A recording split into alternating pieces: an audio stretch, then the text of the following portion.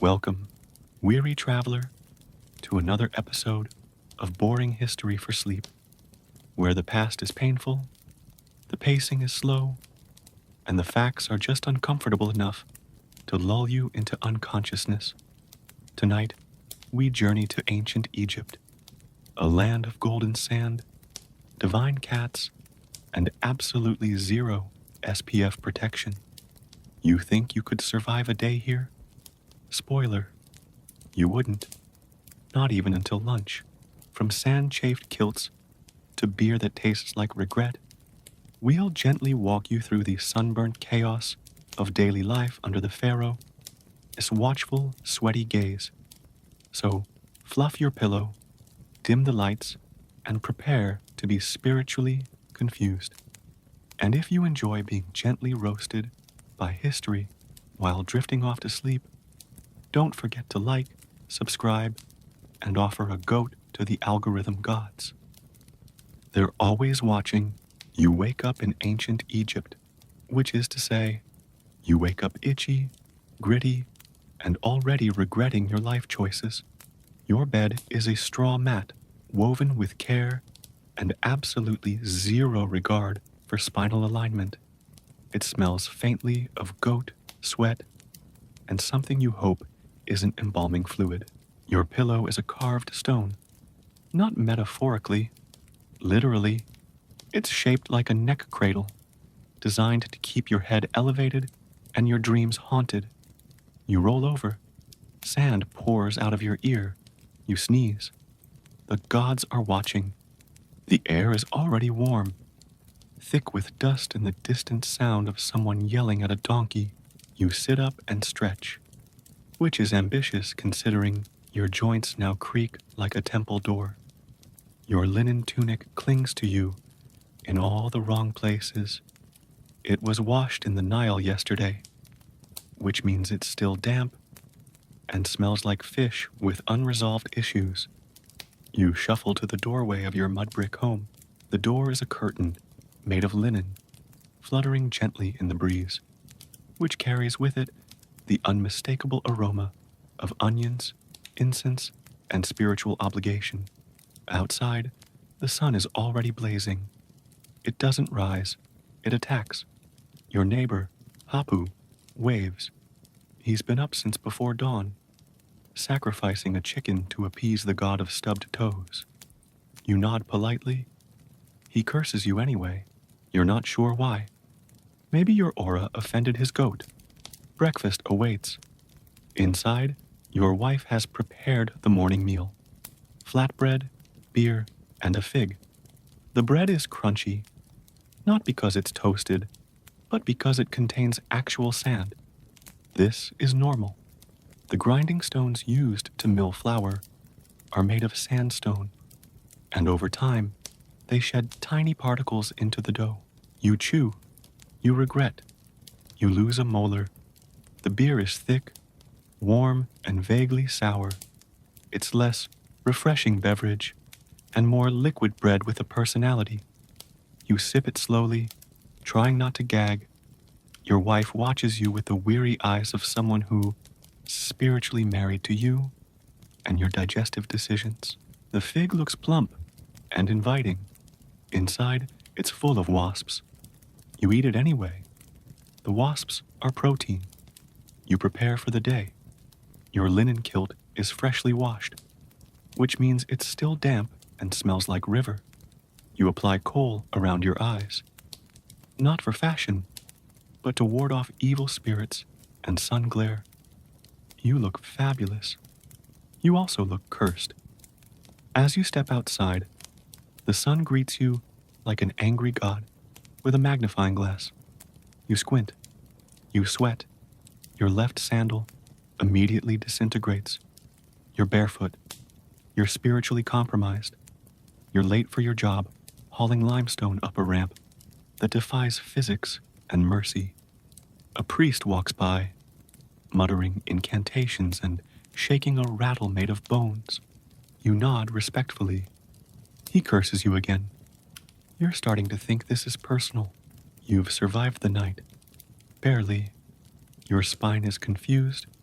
Your ears are full of sand, and your dreams were sponsored by the god of mild discomfort. But congratulations, you're alive, and it's time for breakfast. You shuffle into the main room of your mud brick home. The walls are decorated with faded hieroglyphs and the occasional lizard. Your wife, already up and radiating quiet judgment, gestures toward the morning meal. It's a spread fit for a pharaoh, if the pharaoh had angered every deity and was being punished with a diet of crunchy despair. First up, flatbread. It's round, it's rustic, and it's absolutely riddled with sand. Not metaphorical sand, literal, tooth chipping, enamel erasing sand. This is not a culinary accident, it's tradition. The flour was ground using sandstone tools, which shed tiny particles into the dough. You chew, you regret, you spit out something that might have once been a molar. Next, beer. Ancient Egyptian beer is not the fizzy, golden nectar you know today. It's warm, thick, and chunky. Yes, chunky. It's made from fermented bread, water, and whatever dreams the brewer gave up on. You take a sip. It tastes like soggy toast and existential dread.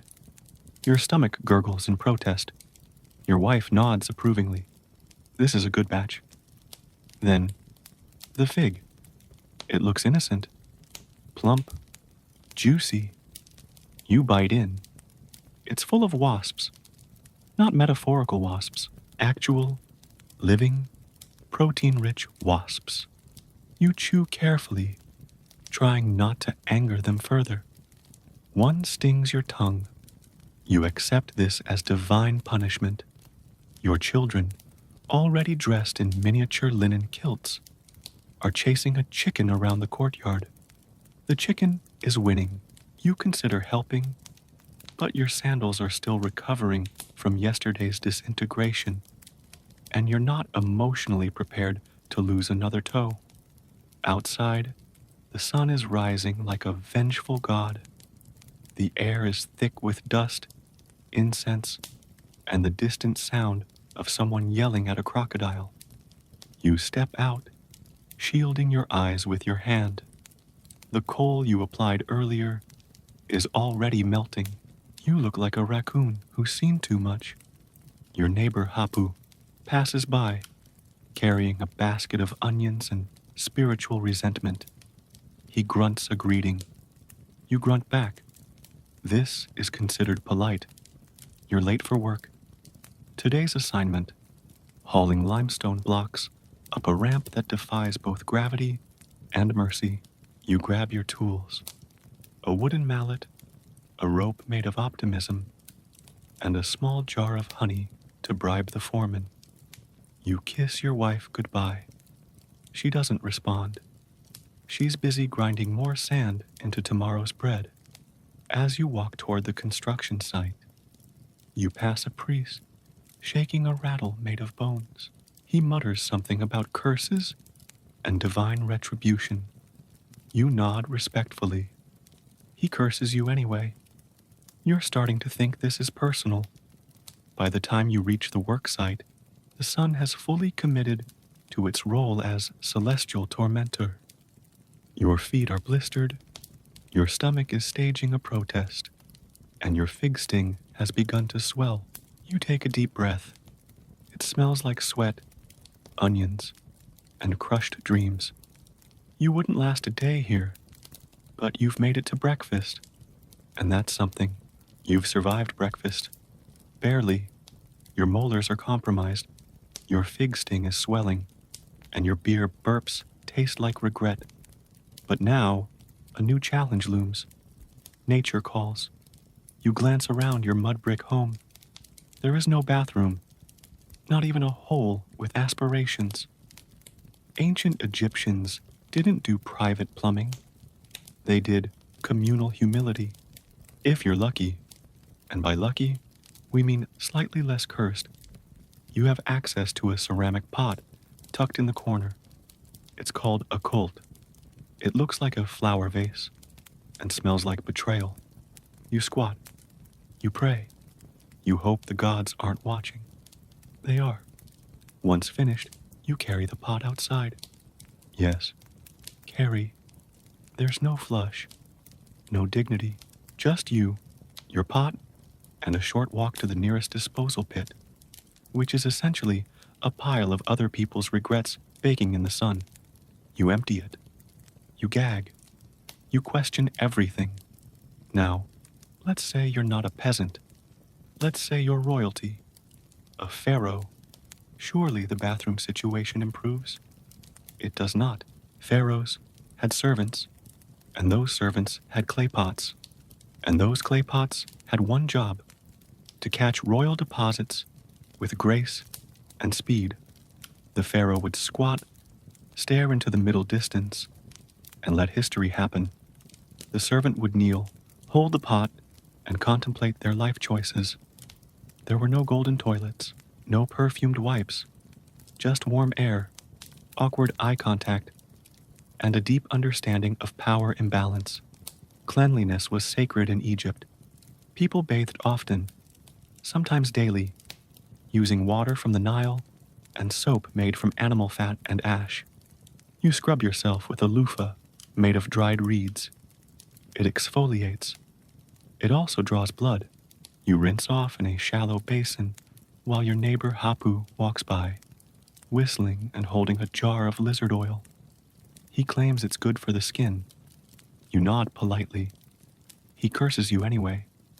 To dry off, you use a linen cloth that smells like river and ambition. You feel refreshed. You also feel like you've just wrestled a sandstorm. Toilet paper? Not a thing. Ancient Egyptians used smooth stones, bits of pottery, or, if they were feeling fancy, woven reeds. You pick up a shard of broken clay. It's sharp. It's judgmental. You reconsider everything. You try the reeds. They're flexible, but they splinter. You now have a papyrus paper cut in a place that should never know pain. And yet, despite all this, the Egyptians were considered remarkably hygienic for their time. They shaved their heads to avoid lice, wore clean linen, and used scented oils to mask the smell of living in a desert with no plumbing. You've survived breakfast, hygiene, and the existential horror of communal pottery. Now it's time to face the Nile, the lifeblood of ancient Egypt, the giver of crops, and the taker of sandals, dignity, and occasionally limbs. You approach the river with reverence. Everyone does. It's sacred. It's powerful. It's also full of things that want to bite you. The water looks calm. It is not. Beneath the surface lurk crocodiles with ancient grudges and hippos with anger management issues. You dip a toe in. Something brushes your ankle. You scream internally. Bathing in the Nile is a daily ritual. It's also a gamble. You wade in slowly, clutching your loofah made of dried reeds and your soap made from animal fat and ash. The soap slips from your hand and floats away, probably to curse someone downstream.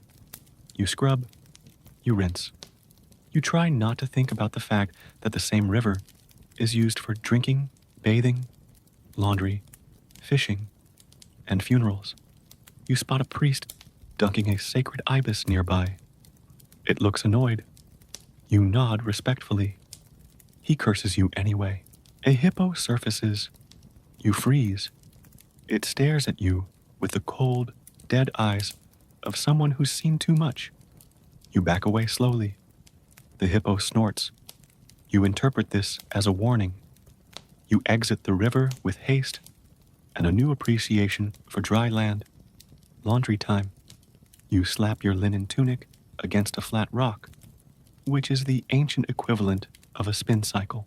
The tunic is still damp from yesterday's wash, but tradition demands you re-wash it anyway. You scrub, you rinse, you wring it out. It smells like river and effort. Your neighbor Hapu is nearby, washing his kilt and muttering about fish spirits. He offers you a jar of fermented catfish paste. You decline. He curses you anyway. You spot a fisherman hauling in his catch. It's a basket of Nile perch, catfish, and something that looks like it crawled out of a myth.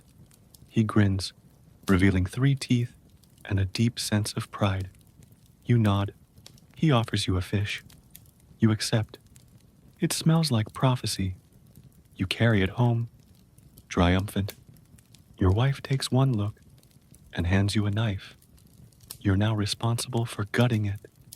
You've never gutted anything. You poke it, it pokes back. You scream internally again. Despite the danger, the Nile is everything. It floods predictably, feeds the crops, and keeps the kingdom alive. But it's not your friend. It's a moody roommate with secrets and sharp teeth. You've bathed in the Nile, survived a hippo's glare, and eaten a fig full of wasps. Now, it's time to earn your keep. You are not a priest. You are not a scribe. You're not even a guy who gets to hold the pharaoh's ceremonial wig. You are a laborer. Your job? Pyramid adjacent. Not glamorous enough to be inside the tomb, but close enough to inhale the dust of someone who is. You haul limestone blocks up a ramp that stretches toward the sun like a divine prank. The ramp is steep. The blocks are heavy. Your will to live is negotiable. You arrive at the work site just as the foreman is yelling at a man who dropped a chisel on his own foot. The chisel is fine. The man is not. You nod in solidarity and immediately get assigned to the enthusiastic hauling team. Your tools are simple. A wooden sled that splinters with every breath, a rope made of palm fibers and broken promises, a jar of honey to bribe the foreman. When your rope inevitably snaps, you and your team, 6 other sunburnt souls, begin dragging a block the size of a small elephant up the ramp. You chant rhythmically to keep pace. The chant is mostly grunts, and one guy whispering, "I hate this" in ancient Egyptian. The sun is relentless. It doesn't shine, it interrogates. Your linen kilt is soaked in sweat and spiritual despair.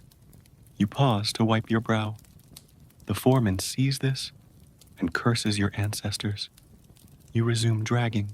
Halfway up the ramp, your foot slips. You fall. The block doesn't. It keeps going. You watch it roll down, crush a basket of onions, and narrowly miss Hapu, who is inexplicably napping under a palm tree. He wakes up, curses you, and throws a fig. It's full of wasps. Lunch break. You sit in the shade of a half-built wall and eat more flatbread, still sandy, more beer, still chunky, and a dried fish that tastes like regret. You chew slowly, wondering if your molars will survive the week. They won't. A priest walks by, blessing the construction site with incense and vague threats. You nod respectfully. He curses you anyway. Back to work. This time, you're assigned to precision chiseling, which is ironic because you've never held a chisel and your depth perception is questionable. You chip away at a block, trying to carve a straight line. It looks like a snake. The foreman sighs deeply and mutters something about artistic failure. You offer him your jar of honey. He accepts it and reassigns you to sand sweeping, which is like trying to mop the ocean. You sweep. The wind laughs. The sand returns. You cry internally. By sunset, you're covered in dust, bruises, and existential dread. Your muscles ache. Your soul aches. Your fig sting is now infected. You've earned 1 bronze token and a half-hearted nod from the foreman. You consider this a win. The sun has finally gone down, dragging its fiery tantrum behind the horizon. You've survived a full day of sand, sweat, spiritual judgment, and onion-based cuisine. Now, it's time to sleep. You lie down on your straw mat, which has not improved since this morning. It still smells like goat. It still pokes you in places that should never be poked. Your stone pillow greets you like an old enemy. You sigh. You adjust. You regret. Outside, the desert cools rapidly. The air shifts from oven to refrigerated tomb. You pull a linen sheet over yourself. It's thin, scratchy, and spiritually indifferent. You close your eyes. You try to sleep. You cannot. The mosquitoes arrive. They do not buzz. They chant. They hover above your face like tiny priests of irritation. You swat at them. They dodge with divine agility. One lands on your eyelid. You accept your fate. In ancient Egypt, mosquitoes were not just pests. They were considered part of the divine ecosystem. Some believed they carried messages from the gods. Tonight, the message is clear. You are not allowed to rest. You roll over. Your mat creaks. Your joints creak louder. You hear your neighbor, Hapu, snoring through the wall. It sounds like a dying camel. You envy him. You curse him. He curses you back in his sleep. You try counting ibises. 1, 2, 3. You lose track when one of them turns into a crocodile. In your imagination, you open your eyes. The moon is staring at you like a disappointed parent. You whisper a prayer to the goddess of sleep. She ignores you. You whisper a second prayer to the god of mild discomfort. He responds by sending a beetle into your blanket. You sit up. You scratch. You contemplate your life choices. Your wife is already asleep, curled up peacefully, immune to mosquito theology. You consider waking her to complain. You decide against it. She's been spiritually married to you for several lifetimes and deserves this moment of peace. You lie back down. You stare at the ceiling. It's made of reeds and regret. A lizard scurries across it. You name him Anxiety. Eventually, your body gives up. You drift into a shallow, twitchy sleep filled with dreams of sandstorms, fig wasps, and limestone ramps that never end. You wake up twice, once from a mosquito bite, once from the sound of Hapu sleep cursing you again. By dawn, you've slept for approximately 47 minutes. You're not refreshed. You're not restored. You are spiritually dehydrated and physically itchy. You wake up after a night of mosquito theology and spiritual insomnia. Your body feels like it's been embalmed prematurely, but the sun is up, and so must you be. It's time to get dressed. Your outfit today is made entirely of linen. Linen is breathable, lightweight, and historically committed to making you look like a wrinkled burrito. You wrap it around your body in a way that vaguely resembles clothing. It's not stitched. It's not tailored. It's held together by hope and a single knot that will betray you by midday. You step outside. The sun immediately judges your fashion choices. Your linen sticks to you like a needy ex. You're already sweating. You haven't even walked yet. Now comes the eyeliner. In ancient Egypt, eyeliner wasn't just a cosmetic. It was a lifestyle. Men, women, children, cats, everyone wore it.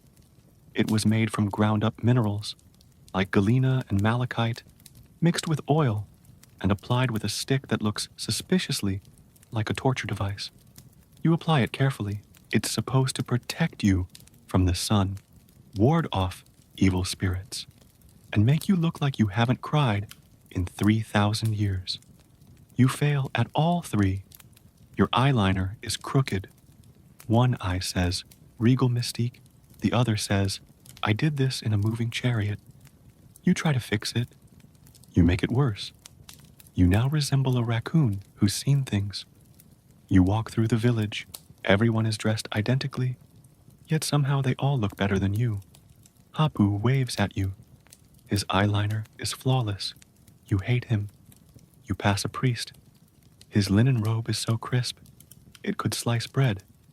His eyeliner glows with divine symmetry. He looks at you and nods. You feel judged. You deserve it. You arrive at the temple for your daily duties. You're sweating through your linen. Your eyeliner has melted into your soul. A beetle crawls up your leg and whispers, "You should have stayed in bed." The sun has finally retreated, sulking behind the horizon, like a god who didn't get enough offerings. You've survived a full day of pyramid-adjacent labor, fig stings, and spiritual curses. Now, it's time for dinner. You limp home, dragging your linen kilt and your emotional baggage. Your wife greets you with a nod that says, "You smell like limestone." And regret, she gestures toward the evening meal. It's simple. It's traditional. It's aggressively onion-forward. Tonight's menu: onions, raw, judgmental. Flatbread, still sandy. Dried fish, still smells like prophecy. Beer, still chunky, now slightly warmer. You sit cross-legged on the floor, surrounded by family and the faint aroma of spiritual obligation. Everyone eats in silence, broken only by the occasional crunch of sand and the distant sound of someone yelling at a goat. You bite into an onion. It bites back. Your eyes water. Your soul trembles. This is not seasoning. It's a test of character. The flatbread is familiar now. You know its texture, its flaws, its ability to erode dental enamel. You chew slowly, wondering if your molars will file for divorce. They probably should. The dried fish is chewy, salty, and vaguely accusatory. You try not to make eye contact with it. It smells like it knows your secrets. The beer is still beer. You sip it like a person who's given up on taste and embraced survival. It coats your throat like liquid bread and regret. Your children eat with enthusiasm. They don't know better.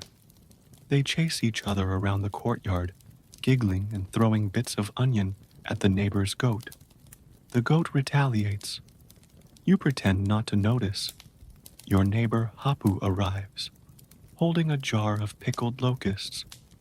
He offers them as a gift. You accept out of politeness.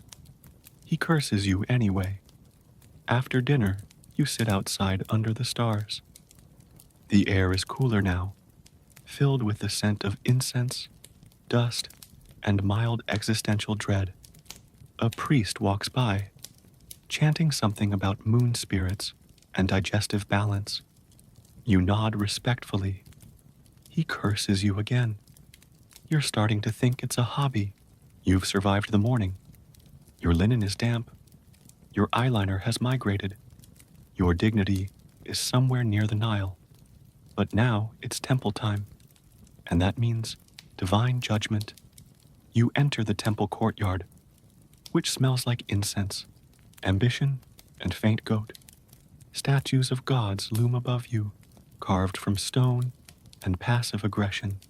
There's Bastet, the cat goddess, staring at you like she knows you forgot to feed your neighbor's cat last week.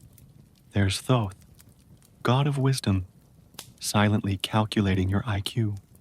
And of course, there's Ra, the sun god, who's been personally roasting you since dawn. You bow, you chant, you offer a fig. The gods remain stone-faced. Literally, your job today is to assist the priest in a ritual. This involves waving incense, reciting hymns, and not sneezing. You fail at all three. The incense goes directly up your nose. You sneeze mid-hymn. The priest glares at you. Ra glares at you. A cat walks by and glares at you. You are spiritually demoted. You try to recover by adjusting your posture. You stand tall. You channel reverence. You accidentally knock over a sacred jar. It shatters. The priest gasps. You gasp. The cat yawns. You're sent to clean the outer courtyard as penance. You sweep sand off stone, which is like trying to dry the ocean with a sponge. A beetle watches you. You name him Judgment. You hear the priest inside reciting prayers. His voice is flawless. His eyeliner is symmetrical. You hate him. You envy him. You consider becoming a beetle. At midday, the gods are offered food. You are not. You watch as figs, dates, and honey cakes are placed before the statues. You are given a single onion. You eat it. You cry. The gods do not comfort you. You've survived divine judgment. Barely. Your eyeliner is now a memory. Your linen smells like incense and failure.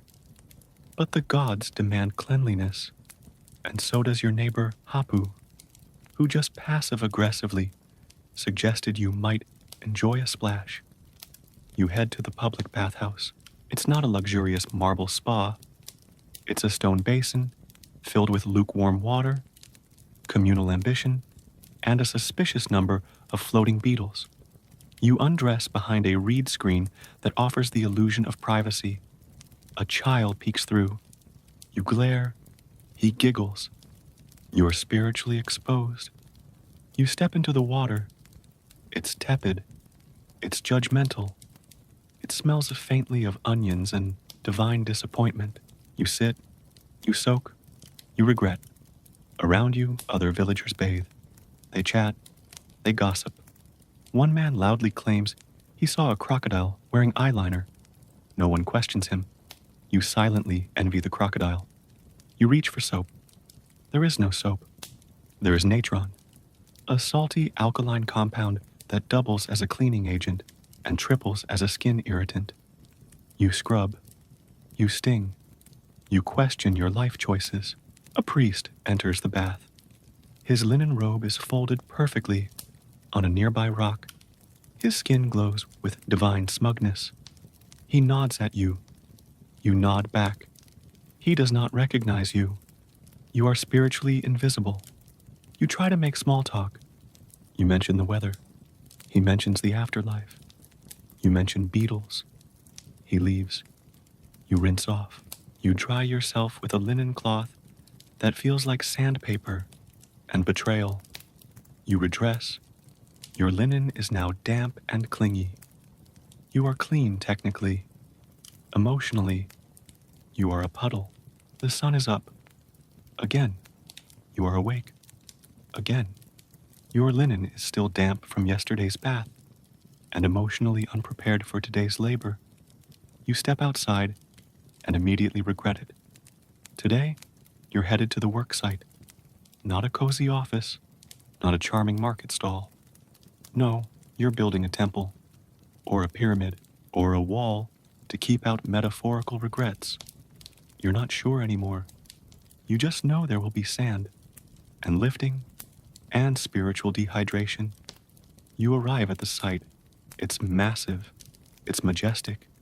It's missing several tons of limestone, which you're now expected to move by hand, with a rope and a prayer. Your foreman is named Menka. He's built like a statue and has the emotional range of one. He hands you a tool that looks like a stick and a responsibility. You nod. You begin. You haul. You sweat. You question your life choices. The sun watches you like a judgmental supervisor. A beetle crawls across your foot. You name him Burnout. You take a break. It lasts 47 seconds. You're handed a beer. It's warm, flat, and historically accurate. You drink it. You feel slightly better. You burp. The gods do not applaud. You return to work. You lift a stone. You drop a stone. Menka sighs. You sigh louder. A priest walks by and blesses the wall. You are not blessed. You are spiritually taxed. By midday, your back has filed for divine divorce. Your hands resemble papyrus scrolls. Your linen is now a salt-crusted monument to suffering. You sit down. You are told to stand up. You stand up. You cry internally. The sun has finally dipped below the horizon, dragging its fiery tantrum behind the dunes. You've survived divine judgment, manual labor, and a bath that felt like spiritual exfoliation. Now, as twilight settles over the village, it's time for dinner. You sit cross-legged on a woven mat with your family. The table is a low stone slab that doubles as a beetle runway. There are no forks, no knives, just fingers, fig juice, and a vague sense of nutritional confusion. Tonight's menu is a masterclass in ancient Egyptian cuisine. Humble, hearty, and aggressively onion-based. The bread, it's dense, it's chewy, it's suspiciously sandy.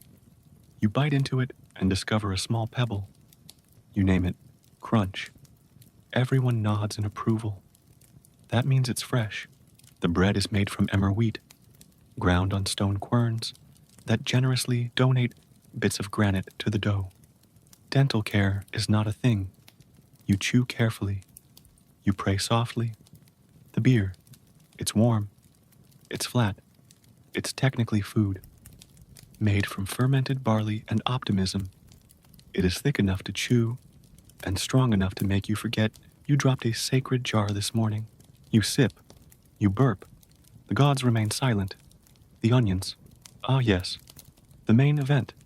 Raw, sliced, and emotionally aggressive. Egyptians revered onions. They were sacred, medicinal, and socially unavoidable. You eat one. You cry. Your wife nods in approval. Your child eats 3 and ascends spiritually. You ask if there's anything else. Your neighbor Hapu arrives uninvited with more onions. You silently curse him. He blesses you. You accept it. The lentils earthy, mushy, spiritually beige. You pretend to enjoy them. The gods are not fooled. You chew slowly, hoping they'll transform into something more exciting. They do not. The fig's sweet, sticky, redemptive, the only thing keeping you from emotional collapse. You eat too. You feel briefly alive. A cat steals the third. You do not fight it. You try to make conversation. You mention the weather. Someone mentions the afterlife. Someone else mentions a beetle that predicted the Nile flood. You nod politely and chew your lentils. A priest walks by. He's fasting. He looks at your onion pile and whispers, "Bold." You feel judged. You deserve it. Later, you help clean up. You wipe the stone slab with a linen cloth that feels like sandpaper and betrayal. You burp again. The cat glares at you. You apologize. You've survived dinner. You've survived onions. You've survived the existential horror of lentils.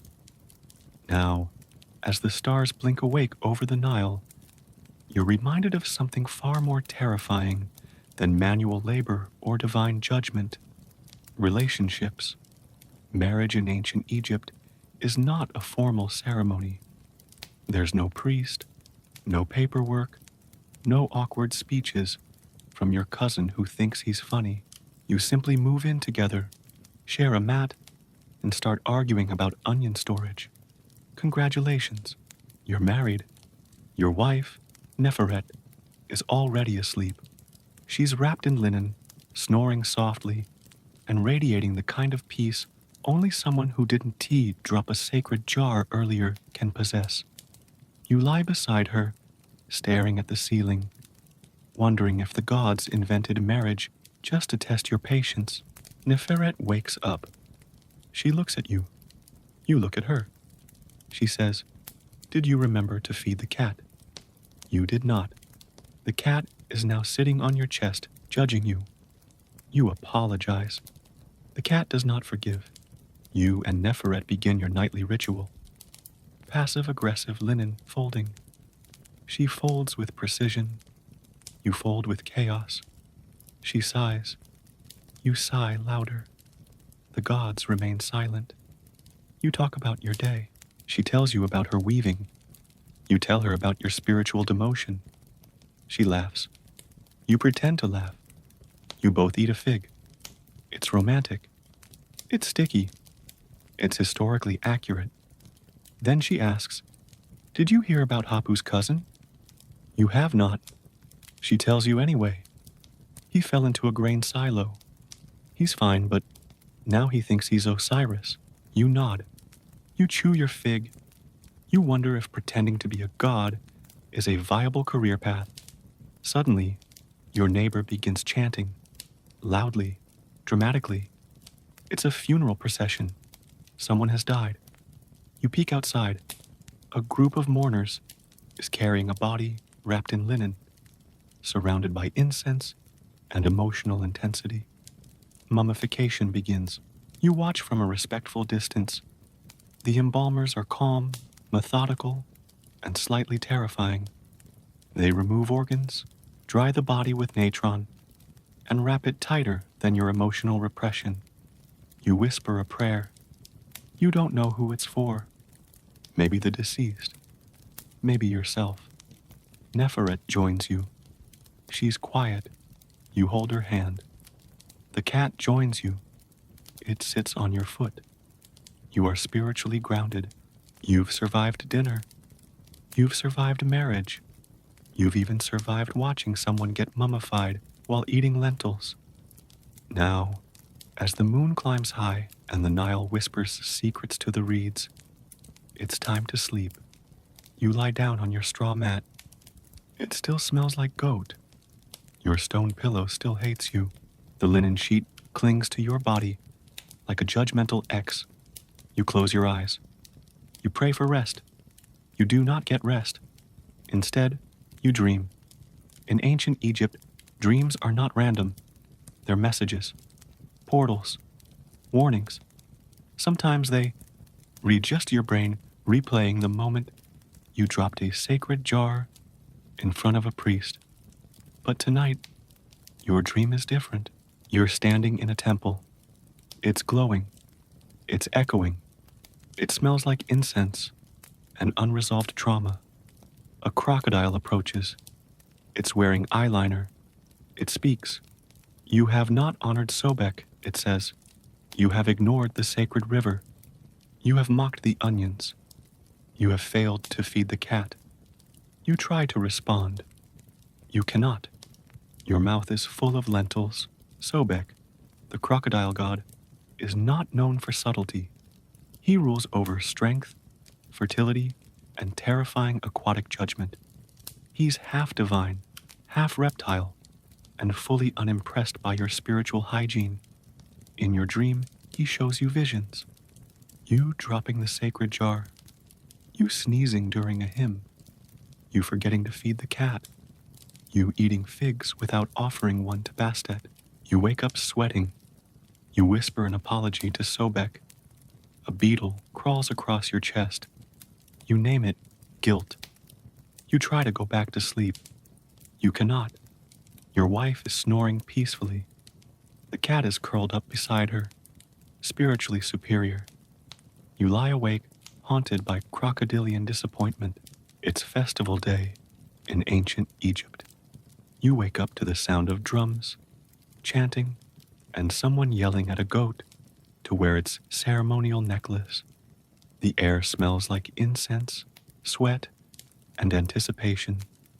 You're expected to celebrate. You are not emotionally prepared. The festival honors Hathor, goddess of music, joy, and cows. Naturally, this involves dancing, drinking, and pretending you're not chafing in 5 layers of linen. You dress in your finest tunic, slightly less wrinkled than usual, and apply extra eyeliner. One eye says, mystical reverence. The other says, I did this while running. You step outside. The village is transformed. Banners flutter. Musicians play flutes and drums with alarming enthusiasm. Children throw flower petals. Adults throw opinions. A priest throws a fig. It hits you. You accept this as a blessing. You join the crowd. Everyone is dancing. The rhythm is chaotic. The choreography is non-existent. You try to follow along. Your feet disagree. Your linen wraps around your legs like a vengeful spirit. You trip. You recover. You pretend it was part of the dance. Someone hands you a tambourine. You shake it. It sounds like regret. You hand it back. The beer flows freely. It's warm, frothy, and spiritually confusing. You drink. You cheer. You burp. The gods remain silent. A group of elders begins a ceremonial cow dance. You watch in awe as they moo rhythmically and wave palm fronds. You are invited to join. You decline. You are invited again. You accept. You moo. You regret. Midway through the celebration, a firework goes off. It's not a modern firework. It's a clay pot filled with herbs and ambition. It explodes in a puff of smoke and mild panic. Everyone cheers. You cough. A beetle lands on your shoulder. You name it joy. You spot Hapu dancing with a goat. The goat is winning. You nod respectfully. As the sun sets, the music slows. Offerings are placed at Hathor's shrine. Bread, beer, onions, and a small statue of a cow wearing eyeliner. You kneel. You whisper a prayer. You ask for forgiveness, hydration, and better dance moves. You've died. Congratulations. It's time to enter the afterlife. But first, paperwork. The ancient Egyptians didn't mess around with eternity. They believed your soul had to pass through a series of tests, trials, and celestial HR screenings before reaching paradise. You are now a candidate for the field of reeds, a heavenly version of Egypt minus the taxes and plus eternal farming. You are not ready. You arrive at the Hall of Ma'at.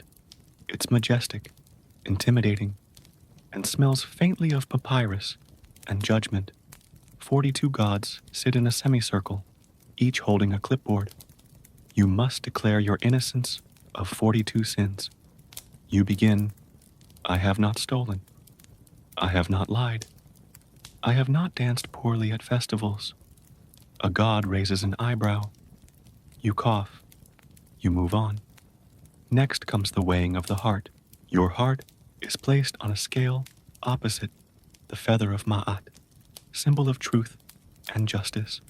If your heart is heavier, meaning full of guilt, regret, or too much festival beer, you are devoured by Amet, the soul-eating chimera with the body of a lion, head of a crocodile, and attitude of a tax auditor. You watch nervously. The scale tips. You sweat. The priest adjusts the feather. You wink. The gods remain unimpressed. You are asked to present your Book of the Dead, a personalized scroll filled with spells, passwords, and spiritual cheat codes. You forgot to bring one. A scribe offers you a rental copy. It's missing pages. One spell is just a recipe for lentils. You chant it anyway. You are quizzed on sacred knowledge. What is the name of the gatekeeper of the seventh portal? You answer, Jeff. Incorrect. You are redirected to the waiting area. After several hours, a god named Thoth reviews your file. He's the divine scribe, keeper of records, and patron of people who alphabetize their spice racks. He stamps your soul with pending. You ask for an appeal. He hands you a scroll. It's blank. You nod solemnly. Eventually, you're granted entry to the field of reeds. It's peaceful, lush, and full of people who pass the same bureaucratic nightmare. You're given a plot of land, a hoe, and a celestial goose. You begin farming. You are told this will continue for eternity. You smile. You cry. You plant onions. You're dead again, spiritually speaking. But this time, you're the guest of honor at your own mummification. Congratulations. You're about to be preserved for eternity, or until a British archaeologist gets curious in 1897. The embalmers arrive. They're cheerful, chatty, and slightly too enthusiastic about removing your internal organs. You are laid out on a slab. You are told to relax. You cannot. Step 1. Brain removal. They insert a hook through your nostril and swirl it around like they're fishing for compliments. You feel nothing. You hear everything. The apprentice embalmer hums a tune. It's off-key. You're spiritually offended. Step 2. Organ extraction.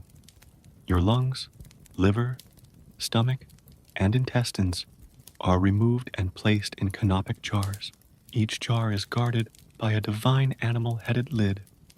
You are told this is sacred. You are also told your spleen is not invited. You feel judged. Your body is rinsed with palm wine and stuffed with natron, a salt mixture that dries you out like a forgotten raisin. You are left to marinate for 40 days. You are now spiritually dehydrated and emotionally crunchy. After drying, you are wrapped in linen. Lots of linen. Enough linen to clothe a small army of interpretive dancers. Amulets are tucked between layers to protect you from curses, demons, and bad fashion choices in the afterlife. The embalmers chant spells. One of them sneezes. You are now slightly cursed. Your face is painted with resin. Your toes are tied together. Your arms are crossed like you're politely declining further participation. You are placed in a coffin, then another coffin, then a third. You are now a nesting doll of spiritual anxiety. Your funeral procession begins. Priests chant. Mourners wail. Someone plays a flute. Badly. You are carried to your tomb, which is decorated with hieroglyphs, offerings, and a suspiciously judgmental cat statue. You're alive again. Sort of. You're now a tomb robber. Not by choice, but because your cousin Hapu said it was easy money, and the gods are chill. The gods are not chill. Your target, the tomb of a minor noble named Senebhotep, who was buried with gold, amulet, and a suspicious number of cat statues. You arrive at the entrance. It's sealed with stone, warnings, and passive-aggressive hieroglyphs. You ignore them. You regret this immediately. You pry open the door. Dust billows out. You cough. Hapu sneezes. A bat flies past. You scream. The bat judges you. Inside, the tomb is dark, cramped, and smells like ancient ambition. You light a torch. The flame flickers. Shadows dance. You step forward. A trap triggers. A dart flies past your ear. You whisper, "Close call." Hapu whispers, "I think I'm cursed." You reach the burial chamber. Jackpot. Gold, jewelry, ceremonial wigs. You grab a necklace. It glows ominously. You put it back. You grab a different necklace. It glows less ominously. You keep it. You find Senebhotep's mummy. He looks peaceful. You look guilty. Hapu tries to take the amulets. The mummy twitches. You both scream. The cat statue falls over. You run. Outside, you're met by a priest. He asks if you've disturbed the tomb. You lie. He casts a spell. Your left foot tingles. You apologize. He forgives you. You donate the necklace to the temple. You are spiritually broke. Later, you learn tomb robbing is punishable by death, curses, and eternal paperwork. You consider a career change. Maybe farming in the field of reeds. Maybe selling ethically sourced papyrus bookmarks. You've been promoted.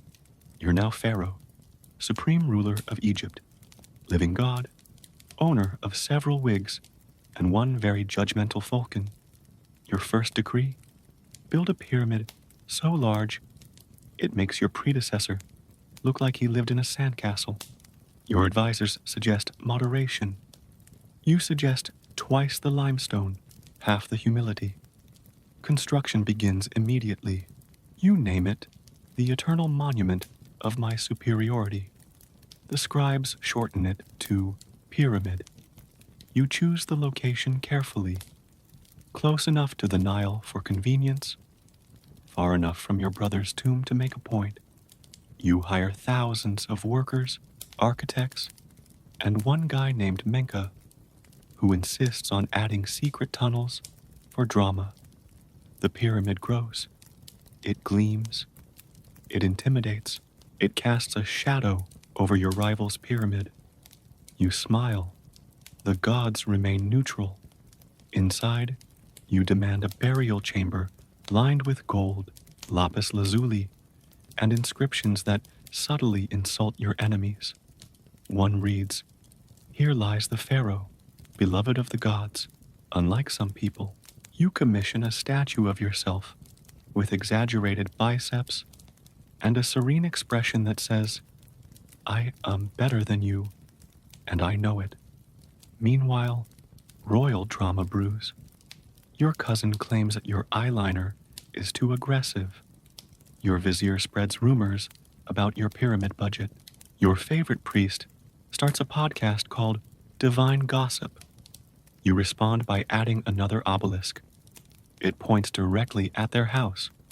As the pyramid nears completion, you host a dedication ceremony. Musicians play. Priests chant. A hawk lands dramatically on your shoulder.